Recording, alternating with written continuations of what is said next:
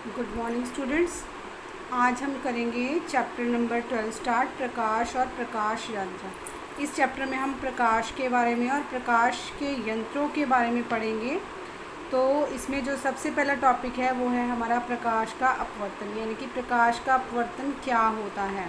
बेटा मैंने कल आपको 2 एक्सपेरिमेंट करवाए थे, तो जिसमें मैंने आपको बताया था कि पानी में रखा हुआ सिक्का जो है ऊपर उठा हुआ क्यों दिखाई देता है, और पानी में रखी हुई पेंसिल हमें मुड़ी हुई क्यों दिखाई देती है। तो वो प्रकाश के अपवर्तन के कारण ही थे। तो प्रकाश का अपवर्तन है क्या? किसी समांगी पारदर्शी माध्यम में प्रकाश का जो गमन होता है वो सरल रेखा में होता है। आपको पता है कि प्रकाश जो चलता है वो सीधी रेखा में चलता है। जब प्रकाश की किरणें सूर्य से आती हैं तो वो टेढ़ी मेढ़ी नहीं होती है। आपने देखा होगा, वो प्रकाश की किरणें सूर्य से जब आती हैं वो सीधी रेखा में आती हैं। तो किसी भी समांगी पारदर्शी माध्यम में, यानी कि पारदर्शी माध्यम कोई भी हो सकता है, हमारा वायु भी हो सकता है, कांच भी हो सकता है, जल भी। पारदर्शी माध्यम ऐसा जिसमें से वो वस्तु हमें आर पार चली जाए, जिसमें से हमारी लाइट आर पार चली जाए, वो हमारा पारदर्शी माध्यम है। तो पारदर्शी माध्यम में प्रकाश कैसे चलता है? गमन करना, यानी कि कैसे चलता है? वो सरल रेखा में चलता है। तो लेकिन जब प्रकाश की किरण एक पारदर्शी माध्यम से दूसरी पारदर्शी माध्यम में जाती है, तब प्रकाश का जो रास्ता होता है, गमन का जो पथ होता है, वो कैसे चलता है, उस पर कोई प्रभाव पड़ता है या नहीं, ये जो है ये सारी घटना हमारी प्रकाश का अपवर्तन कहलाती है। तो आज मैंने आपको एक डेफिनेशन समझाई थी क्लास में कि जब प्रकाश की किरण एक माध्यम से दूसरे माध्यम में प्रवेश करती है तो वो अपने मार्ग से विचलित हो जाती है। विचलित होना यानी कि अपने मार्ग से भटक जाना। तो यानी जब वो अपने मार्ग से विचलित हो जाती है तो वो वहाँ से थोड़ा सा मुड़ जाती है, जिसकी वजह से हमें पानी में रखी हुई पेंसिल जो है वो टेढ़ी दिखाई देती है। वो किसके कारण होते हैं? प्रकाश के अपवर्तन के कारण होता है। तो ये जो बेटा फर्स्ट क्रियाकलाप है, ये मैंने आपको बताया था, ये आपने अपने आप करके देखा था कि एक सिक्का आपने पानी रख दिया था एक कांच के गिलास में, और थोड़ी दूर जाके देखा था वो आपको दिखना बंद हो गया था, और जब आपने उसमें पानी डाला तो वो थोड़ी दूर से आपको कुछ उठा हुआ प्रतीत हो रहा था। ये किस वजह से हो रहा है? ये प्रकाश के अपवर्तन की वजह से हो रहा है। क्योंकि पहले जो हमारी पेंसिल है या सिक्का था वो खाली वायु में था, फिर हमने क्या किया, उसमें जब पानी भर दिया तो वायु और जल दोनों हो गए। एक हमारा माध्यम वायु हो गया और दूसरा माध्यम हमारा जल हो गया, जिसकी वजह से वो हमारे जल की वजह से, क्योंकि अब माध्यम चेंज हो गया, तो जल डालने की वजह से वो सिक्का हमें उठा हुआ प्रतीत हो गया, क्योंकि वहाँ पर माध्यम चेंज हो गया। तो इसका जो डेफिनेशन वो ये है आपकी बुक में कि प्रकाश की किरण जब एक समांगी पारदर्शी माध्यम से दूसरे समांगी पारदर्शी माध्यम में तिरछा प्रवेश करती है तो वह दोनों माध्यमों को अलग करने वाले पृष्ठ पर मुड़ जाती है। इस घटना को प्रकाश का अपवर्तन कहते हैं। इसको समझने के लिए बेटा मैं आपको यहाँ पर समझाती हूँ। पहले आप समझ लीजिए कि माध्यम कैसे होते हैं। देखिए मैंने यहाँ पर ये 2 लाइंस लगाई है, जहाँ पर मैंने इनको अलग अलग कर दिया कि ये हमारा वायु है, ये हमारा जल है, और ये हमारा कांच है। आपको पता है वायु जो होती है वो क्या होती है? गैस। और जल वो होता है हमारा द्रव, और कांच ये होता है हमारा ठोस। तो गैस के जो अणु होते हैं वो बहुत दूर दूर होते हैं, यानी कि इसके कणों में विरलता ज़्यादा होती है। विरलता यानी कि दूरी ज़्यादा होती है। और जल जो होता है वो द्रव है, तो इसके कंपैरेटिवली जो द्रव के कण होते हैं, जल के कण होते हैं गैस के कंपैरेटिवली, वो थोड़े पास पास होते हैं। तो और जो हमारा कांच है यानी कि ठोस है, तो ठोस के कण जो होते हैं वो बहुत ही पास पास होते हैं। इनके कणों के बीच में आकर्षण बल बहुत ज़्यादा होता है, इनके कणों के बीच में आकर्षण बल कम होता है इनके कंपैरेटिवली। और गैस के कणों में जो आकर्षण बल होता है वो बहुत ही कम होता है, क्योंकि इसके कण जो होते हैं बहुत ही दूर दूर होते हैं। इसको समझाने का बेटा मेरा जो मकसद है वो ये है कि मैं आपको विरल और सघन माध्यम के बारे में समझा सकूं। तो बेटा ये जो वायु है ये हमारा विरल माध्यम है, ये है हमारा विरल माध्यम। अगर हम इन दोनों को लें कि अगर हम कांच को ना लें, वायु और जल को लें, तो वायु के जो कण हैं वो दूर दूर हैं और जल के कण जो हैं वो पास पास हैं। तो वायु हमारा विरल माध्यम होगा और जो जल होगा वो हमारा सघन माध्यम होगा। और बेटा अगर हम जल को ना लें, वायु और कांच को लें, तो वायु के कण दूर दूर होते हैं और कांच यानी कि जो ठोस है उसके कण पास पास होते हैं। तो ये वाला जो होगा वो हमारा विरल माध्यम होगा और जो कांच होगा वो हमारा सघन माध्यम होगा। और बेटा अगर हम गैस को ना लें यानी कि वायु को ना लें, इन दोनों को लें, तो इन दोनों का अगर हम कंपैरेटिवली देख लें तो जल के जो कण हैं वो इसके कंपैरेटिवली कम पास पास होते हैं, ठोस के ज़्यादा पास पास होते हैं, द्रव के कम पास पास होते हैं।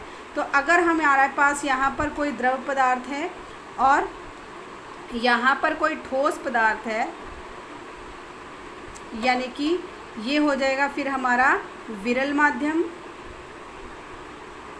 और ये हो जाएगा हमारा सघन माध्यम।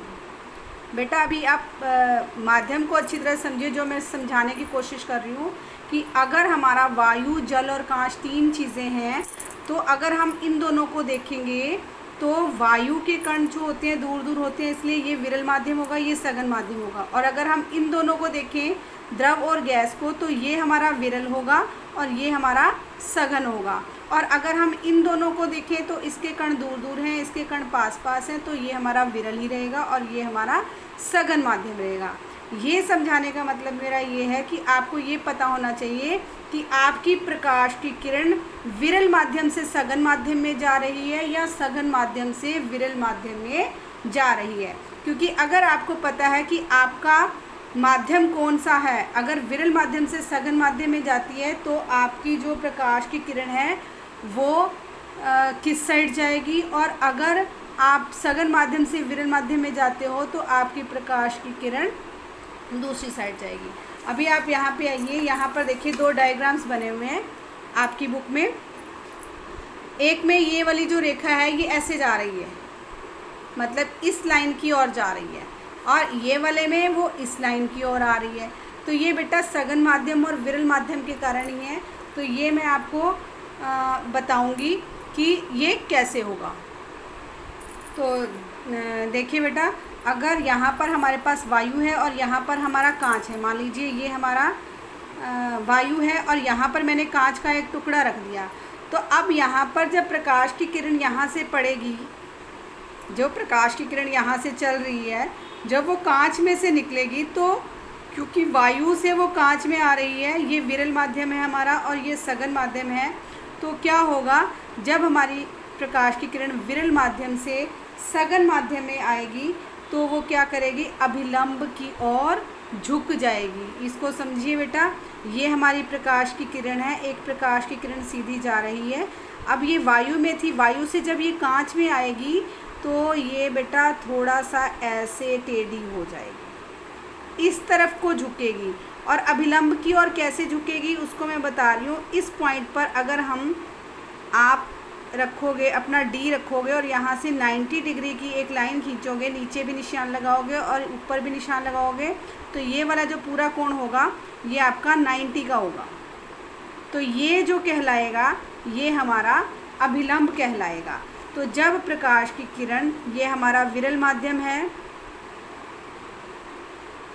और ये हमारा सघन माध्यम है, तो जब प्रकाश की किरण विरल माध्यम में से सघन माध्यम यानी कि कांच में जा रही है, तो ये जो हमारा अभिलंब है बेटा, ये अभिलंब की ओर झुक जाएगी। इसको जाना तो चाहिए था ऐसे, ये इसको जाना तो ऐसे था, लेकिन ये गई कैसे है, ऐसे गई है। तो ये हमारा जो अभिलंब है ये अभिलंब की ओर झुक गई है। तो जब भी हमारी कोई प्रकाश की किरण विरल माध्यम से सघन माध्यम में जाएगी तो वो जो है अभिलंब की ओर झुक जाएगी, यानी कि ये हमारा अभिलंब है तो ये अभिलंब की ओर ही टर्न कर रही है, इधर की ओर आ रही है, इधर नहीं जा रही। और अगर हमारा यहाँ पे मान लीजिए कांच है और यहाँ पर हमारा वायु है, तो ये हमारी हो गई गैस और ये हमारा हो गया ठोस। तो ये हमारा हो गया सघन माध्यम और ये हो गया हमारा विरल माध्यम। तो जब कोई प्रकाश की किरण इस पृष्ठ पर पड़ेगी, जहाँ से मान लो यहाँ पर कांच था, कांच से निकलने के बाद वो वायु में आएगी, यहाँ से कांच से निकलने के बाद वो वायु में आएगी, तो उसका जो माध्यम है वो चेंज हो गया। तो यहाँ पर जब हम इस बिंदु पर ये लंब डालते हैं तो यहाँ पर क्या होगा, जब हमारी प्रकाश की किरण सघन माध्यम से विरल माध्यम में जाएगी तो बेटा ये थोड़ा सा ऐसे जाएगी। अब ये क्या हुआ है, अभिलंब से दूर हट गया। ये हमारा अभिलंब है, यहाँ पर हमारा 90 का एंगल बन रहा है। तो यहाँ पर इस लाइन को ऐसे जाना चाहिए था, लेकिन ये क्या हुआ है, इस साइड चली गई है। तो ये किसकी वजह से हुआ है, अपवर्तन की ओर। तो ये बात आपको याद रखनी है, अगर हमारी प्रकाश की किरण विरल माध्यम से सघन माध्यम में जाएगी तो वे अभिलंब की ओर झुक जाएगी, और अगर वो सघन माध्यम से विरल माध्यम में जाएगी तो हमारी प्रकाश की किरण अपवर्तन के बाद अभिलंब से दूर हट जाएगी। अब ये इस साइड नहीं झुकी है, अब ये इस साइड गई है, यानी कि ये हमारा अभिलंब है, तो ये इस अभिलंब से दूर हट गई है। तो इस बात को समझने के लिए आपको ये समझना पड़ेगा कि जब भी आप बता रहे हो अपने अपवर्तन को, तो आप सघन से विरल में जा रहे हो तो आपकी जो किरण है, प्रकाश की किरण, वो अभिलंब से दूर हट जाएगी, और अगर आप विरल माध्यम से सघन माध्यम में आ रहे हो तो आपकी जो प्रकाश की किरण है वो अभिलंब की ओर झुक जाएगी। ये वाली बेटा जो लाइन होती है जो पहले माध्यम में आती है, इसको हम बोलते हैं आपतित किरण। ये वाली जो किरण है ये होती है हमारी आपतित किरण, और अपवर्तन के बाद ये वाली जो लाइन होगी, ये वाली लाइन होगी हमारी अपवर्तित किरण। इसको हम बोलेंगे जो पहले माध्यम में है वो आपतित किरण, और जो अपवर्तन के बाद हमारी झुक गई है या अभिलंब से दूर हट गई है उसको हम कहेंगे अपवर्तित किरण। और आपतित किरण और अभिलंब के बीच का जो हमारा एंगल होगा उसको हम बोलते हैं आई, एंगल आई बोलते हैं, और ये जो होता है ये होता है हमारा आपतन कोण। तो इस कोण को हम बोलेंगे आपतन कोण, और जो हमारा ये अभिलंब और अपवर्तित किरण के बीच का एंगल बन रहा है उसको हम कहेंगे अपवर्तित कोण। इसको हम बेटा आर से डिनोट करते हैं, क्योंकि इसको इंग्लिश में बोलते हैं एंगल ऑफ इंसिडेंस, तो इसलिए इसको आई लेते हैं। इसको बोलते हैं एंगल ऑफ रिफ्रैक्शन, तो ये होता है हमारा एंगल ऑफ रिफ्रैक्शन, तो इसको हम आर से डिनोट करते हैं। तो ये वाला आई कोण ये कहलाएगा हमारा आपतन कोण, और जो हमारा आर है वो कहलाएगा हमारा अपवर्तित कोण। तो जब भी हमारी कोई प्रकाश की किरण आप विरल माध्यम से सघन माध्यम में जाएगी तो वो अभिलंब की ओर झुक जाएगी, और अगर वो सघन से विरल में जाएगी तो वो अभिलंब से दूर हट जाएगी। अभी इसी डायग्राम को देखो, अगर मैं इसी डायग्राम को उल्टा भी करके दिखाऊंगी आपको।